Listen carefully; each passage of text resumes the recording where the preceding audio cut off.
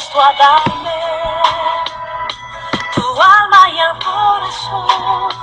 Abriré ventanas en medio de los cielos y caerá la lluvia, rebosando tu vida y todo tu lugar.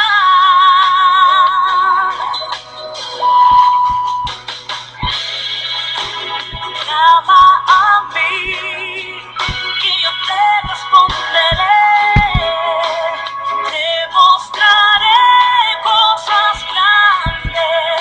Hoy, búscame, así con todo el corazón. Hay tanto para darte.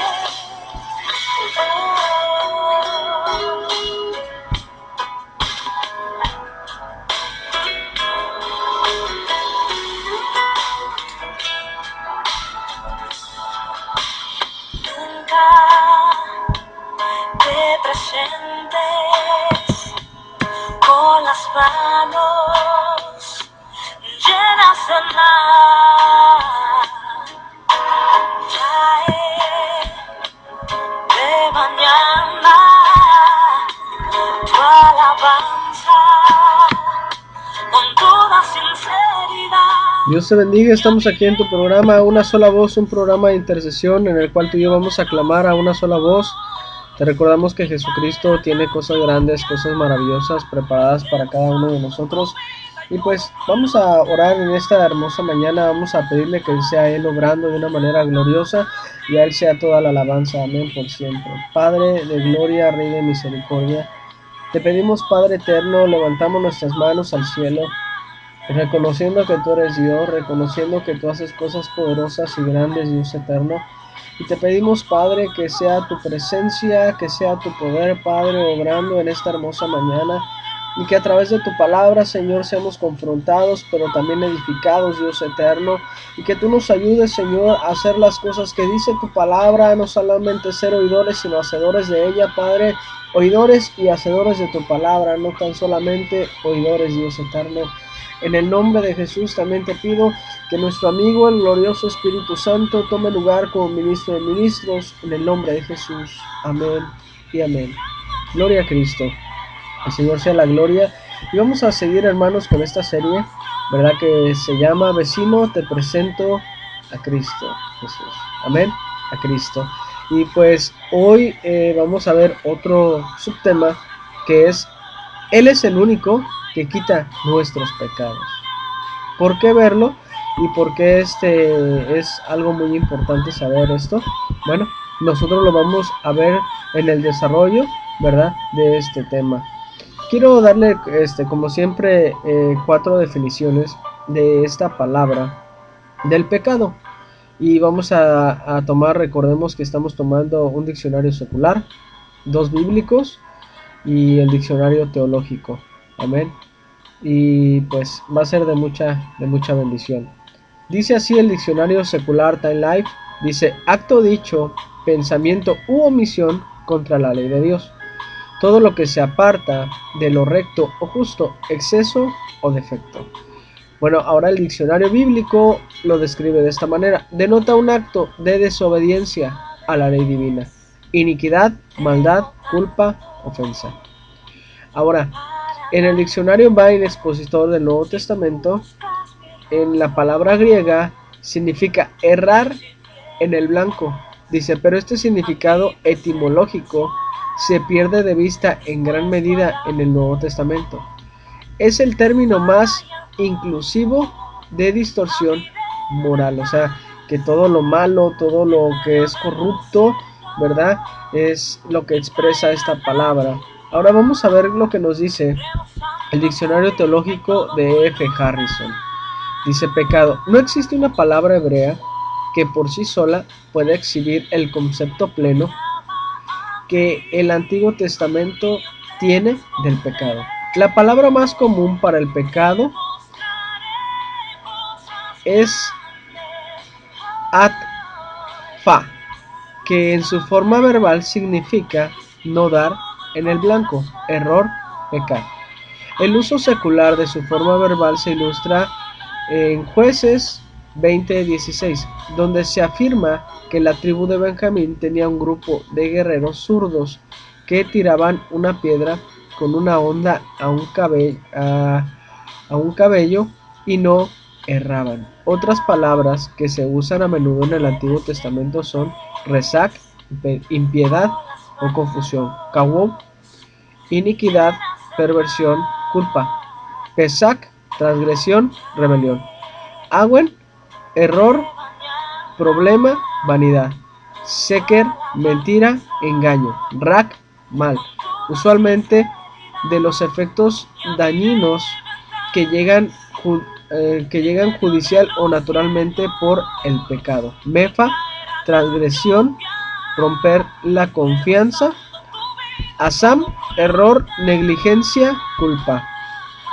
Kawel, injusticia, y los verbos zarar, desobedecer, y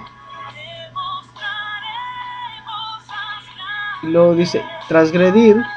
Es importante notar que muchas de estas palabras se usan en varias formas para denotar no solo el pecado, sino también la culpa y aún los medios por los que se remueve esta culpa, de manera que el pecado, sus consecuencias y los medios para removerlo se unen vívidamente en la conciencia de Israel. La Septuaginta comúnmente usará amartía para ata, adikai para kawom como 53 veces, anomía para kawom como 63 veces, para toma para maca, pese kawa para bainein, para varias palabras que significan transgredir, en especial cuando se aplican a la transgresión del pacto. La Septuaginta también traduce sor con la palabra apeisousin, desobediente, en Isaías 1:23. Las palabras principales del Nuevo Testamento son hamartía, no dar en el blanco; adiquía, injusticia; anomía, ilegalidad; asebeía, impiedad; parabasis, transgresión; paraptoma, una caída. Indica que se rompe la correcta relación para con Dios. Ponería, depravación; episumía, deseo, consecuencia; apeiseía, desobediencia.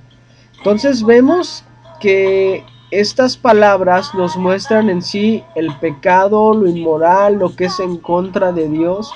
¿Por qué dar todos estos significados o por qué expresarlos? Bueno, ¿por qué enseñarlos? Bueno, porque es importante que nosotros sepamos qué es lo que conlleva el pecado, qué es el pecado, ¿verdad? Y que todo pecado es transgresión en contra de Dios. Dice la palabra, porque la paga del pecado es muerte, ¿verdad?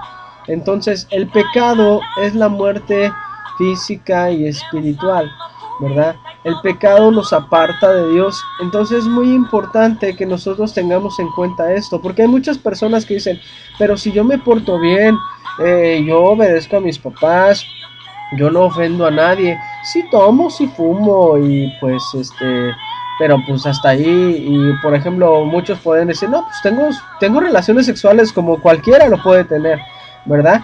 Y pues yo creo que no está mal, o sea, tengo mis necesidades y lo hago con protección, ¿verdad? Y se fomenta mucho el uso del condón. Entonces estamos mal. ¿Por qué? Porque es fornicación, porque es pecado, porque está mal delante de Dios, porque Dios no quiere eso. Dios quiere que uno se case para no estarse quemando y pues así cumplir lo que dice la palabra de Dios. O sea, Dios no quiere el pecado, ¿verdad? Fíjense, hermano, el pecado hace que tengamos vergüenza y nos escondamos de lo malo que cometemos. Es por eso que Adán y Eva se escondieron de Dios. Si nosotros leemos Génesis 2:15-17, dice: tomó pues Jehová al hombre y lo puso en el huerto del Edén para que lo labrara y lo guardase. Y mandó Jehová a Dios al hombre diciendo: de todo árbol del huerto podrás comer, mas del árbol de la ciencia del bien y del mal no comerás, porque el día que de él comieres, ciertamente morirás. Entonces, esto nos está expresando algo muy importante. Dios les da un mandato al hombre, solamente le da un mandato, como lo veíamos en la otra enseñanza, en la primera parte, ¿verdad? Vemos que realmente, pues, Dios solamente le dio un mandato, pero el hombre quebrantó esto. Ahora, en Génesis 3, del 1 al 13, nos dice esto: pero la serpiente era astuta, más que todos los animales del campo que Jehová Dios había hecho, la cual dijo a la mujer: ¿con que Dios os ha dicho, no comáis de todo árbol del huerto?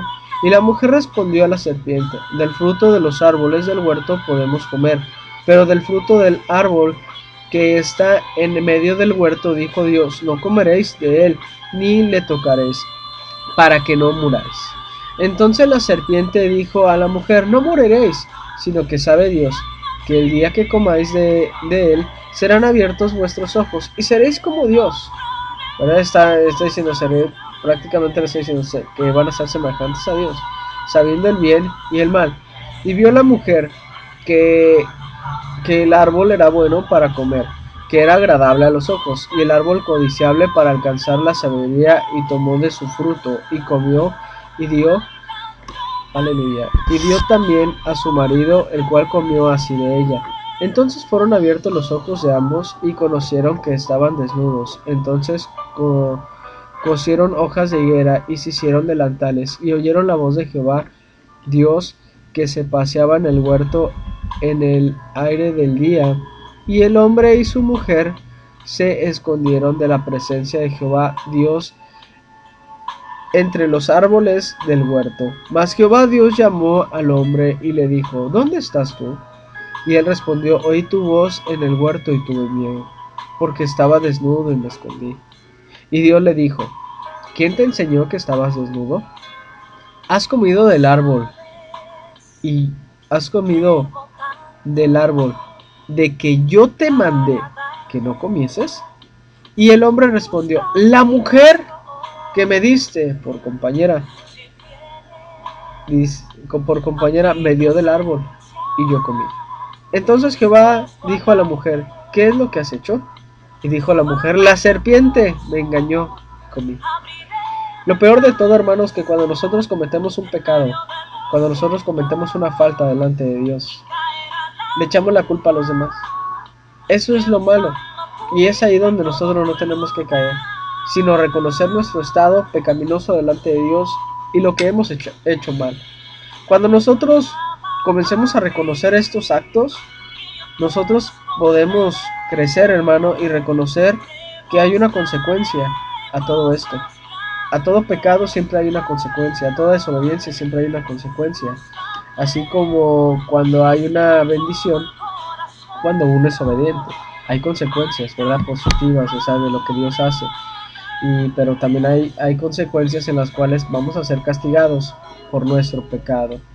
Este caso de Adán y Eva, vemos cómo ellos tuvieron miedo, cómo ellos pues estaban escondiendo de su pecado. Dios ya lo sabe, Dios de antemano pues sabe lo que nosotros estamos pasando cuando pecamos. Dios quiere que nosotros reconozcamos nuestras faltas, ¿verdad? Delante de Él, la desobediencia delante de Él. Quiere que nosotros reconozcamos nuestro estado para que Dios comience a obrar.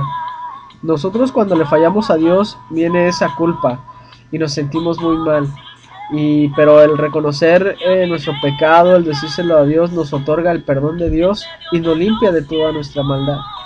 Y es por eso que dice en la primera carta de Juan, capítulo 1, versículo 9: si confesamos nuestros pecados, Él es fiel y justo para perdonar nuestros pecados y limpiarnos de toda maldad. Entonces nosotros lo que tenemos que hacer es reconocer. La palabra confesar en este contexto habla del reconocimiento acerca del pecado, ¿verdad? Entonces es muy importante que nosotros reconozcamos nuestro estado pecaminoso delante de Dios. El ser humano, hermanos, es incapaz de limpiar sus pecados. No puede quitárselos, como quitarse el lodo con agua o al bañarse después de haberse ensuciado por el trabajo del día a día. Solo Cristo es capaz de quitar todos los pecados, dándonos su perdón y aún nos limpia de toda maldad. como vimos en la cita anterior, hermanos, en la primera carta de Juan, capítulo 1, versículo 9. Y quiero comenzar a hablar de algo muy importante que se dice, ¿verdad? Porque por ahí se dice que los sacerdotes católicos, ellos tienen el poder para perdonar pecados, que el hombre tiene el poder para perdonar pecados. Bueno, ¿en qué cita bíblica se basan ellos acerca de este asunto? Bueno, en Juan capítulo 20, versículo 23 nos dice: a quienes remitieren los pecados, les son remitidos, y a quienes se los retuvieres, les son retenidos. Entonces, ellos se basan en este texto y erran en las escrituras, porque un texto, si su contexto es un pretexto, entonces nosotros tenemos que ir más arriba, más abajo, tenemos que escudriñar la palabra, por qué lo dijo, a quién se lo dijo, para qué lo dijo. Entonces tenemos que hacernos este tipo de preguntas para poder entender la escritura. Y vamos a analizar dos versículos anteriores a esto, ¿verdad? Que Jesús comienza a decir. En el versículo 21 y 22 dice esto: entonces Jesús les dijo: otra vez paz a vosotros. Como me envió el Padre, así también yo os envío. Y habiendo dicho esto, sopló y les dijo: recibid el Espíritu Santo. Si notamos, hermanos, el versículo 21, Jesús les da la encomienda de predicar la palabra de Dios, las buenas nuevas de salvación en Cristo Jesús. Y a Jesús se le encomendó, hermano, predicar las buenas nuevas de salvación, y Él dio su vida, amén, por cada uno de nosotros. Fíjense, en Marcos 1:15 dice: diciendo, el tiempo se ha cumplido y el reino de Dios se ha acercado, arrepentidos y creed en el Evangelio. Esta cita bíblica nos confirma lo que antes estamos diciendo, lo antes dicho. Entonces, vemos cómo Jesús predicó, ¿verdad?, el reino de los cielos. El Padre, ¿verdad?, lo había enviado a predicar el reino de los cielos, dio su vida por cada uno de nosotros en la cruz del Calvario. Entonces, Jesús los envía y sopla sobre ellos el Espíritu Santo. Y cuando se refiere, hermanos, a quien le remitiere los pecados, le son remitidos, la interpretación es a aquellos que crean en las buenas nuevas de salvación, que son en Cristo Jesús, sus pecados serán perdonados. Y ahora, la otra parte donde dice: y a quienes se lo retuvieren les son retenidos, la interpretación es que aquellos que no crean en las buenas nuevas de salvación, que son en Cristo Jesús, sus pecados no serán perdonados. O sea, habla, ¿por qué? Porque si no crees en Cristo Jesús, no puedes justificarte a sí mismo, no puedes limpiarte de tus pecados, no puedes quitarte la inmundicia. Mas cuando tú crees en Cristo Jesús, eres limpiado, dice la palabra: ya habéis sido regenerados, ya habéis sido justificados y santificados por medio del Señor y del Espíritu Santo. Entonces, es importante, hermano, notar esto. Por tanto, el hombre no puede perdonar los pecados, y aún no puede retener los pecados. Los escribas sabían que solo Dios tenía el poder para perdonar los pecados. Veamos lo que decía, vamos a ver lo que ellos decían, lo que ellos estaban señalando que Jesús estaba mal. ¿Por qué? En Mateo 9:3 dice: entonces algunos de los escribas decían dentro de sí: este blasfema. Pero ¿por qué decían esto estos escribas? Bueno, si nosotros leemos el versículo 2, uno anterior, dice: y sucedió que le trajeron un paralítico tendido sobre una cama, y al ver Jesús la fe de ellos, dijo al paralítico: ten ánimo, hijo, tus pecados te son perdonados. Y por eso ellos decían que Jesús estaba blasfemando. Vemos que Jesús solo tiene la potestad, pues Él es Dios mismo, o sea, la potestad del perdón de los pecados, porque Él es Dios mismo. Y lo vemos en Mateo 9, del 4 al 7.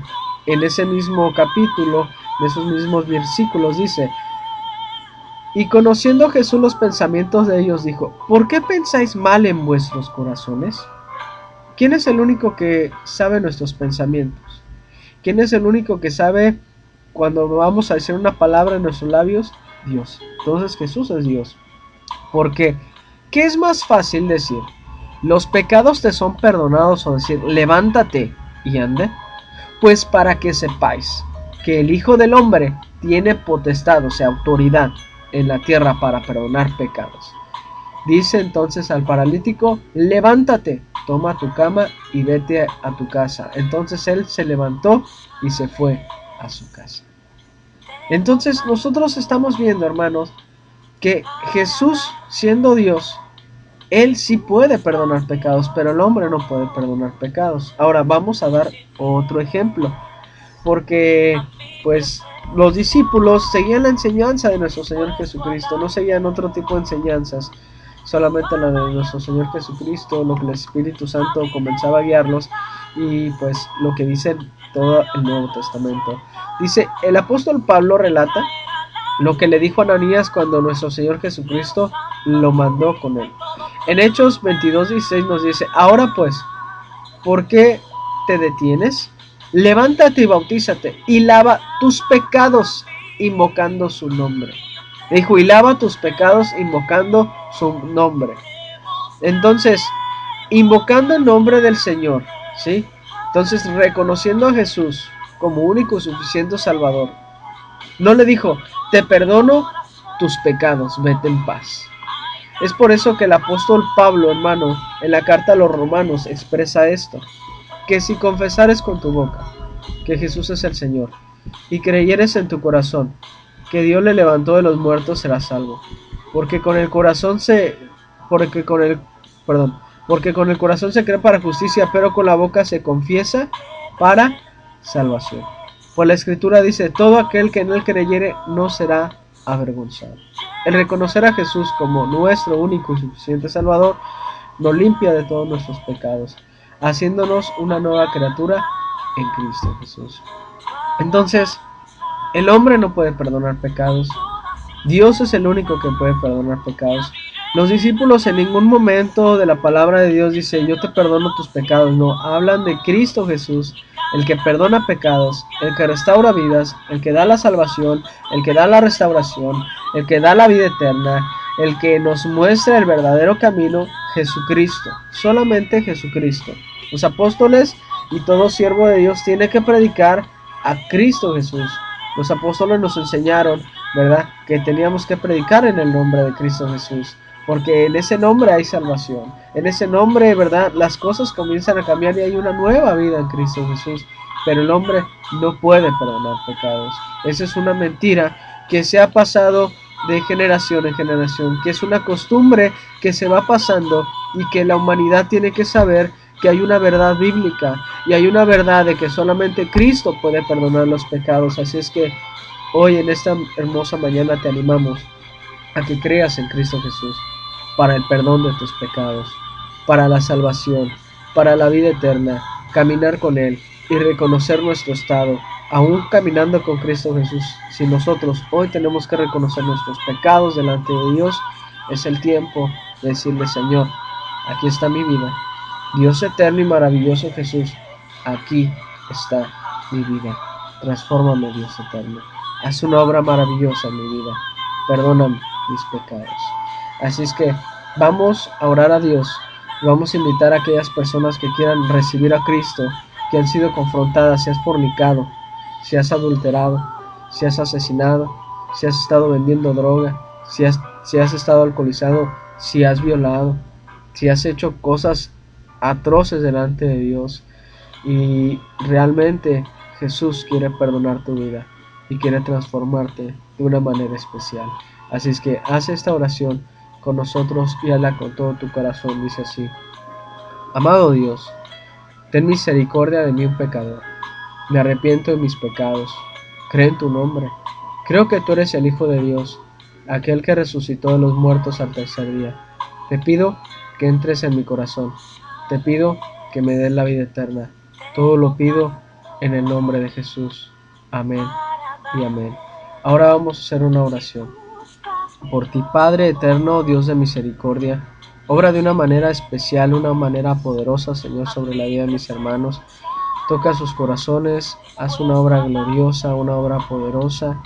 Tú eres digno, Señor, de la gloria, de la alabanza, del poder. Tú eres santo. En el nombre de Jesús, te damos gracias, te damos gloria, te damos alabanza. Y te pedimos, Señor, que seas tú obrando sobre cada uno de ellos. Te pedimos, Dios eterno, que seas tú tocando, Señor, sus vidas, sus corazones. Te damos gloria, honra y alabanza.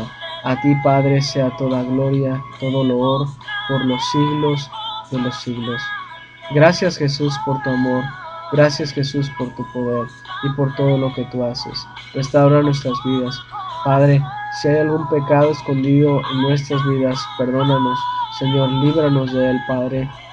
Y te pedimos, Señor, que seas tú limpiándonos cada día por medio de tu presencia, de tu Santo Espíritu. Santifícanos en tu palabra, santifícanos en tu presencia para poder estar listos cuando tú vengas por nosotros, Padre. Perdona a tu iglesia, Señor.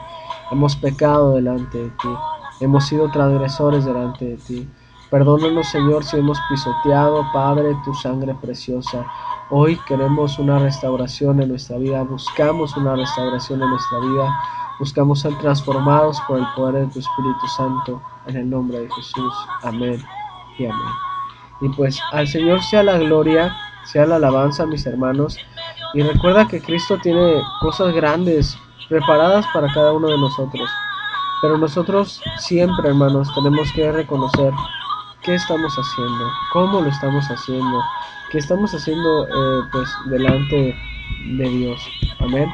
Y pues recuerda que Cristo te ama, y te vamos a dejar con este canto, ¿verdad? De tercer cielo, de llueve, ¿verdad? Y pues no te desconectes, mucha más bendición. Recuerda que Cristo te ama y Él tiene cosas maravillosas para ti.